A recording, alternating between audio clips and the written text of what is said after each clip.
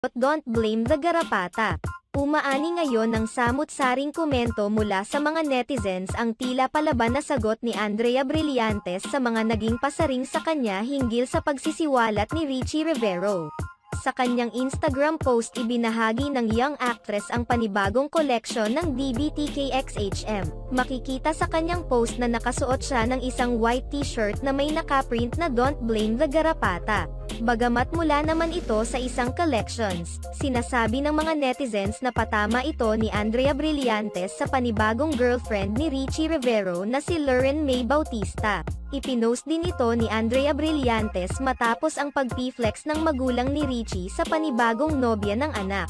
Narito ang ilang komento ng mga netizens. Blythe, forget about them. Treat them as if they don't exist. They will only ride in your popularity. You are too pretty for him. And she is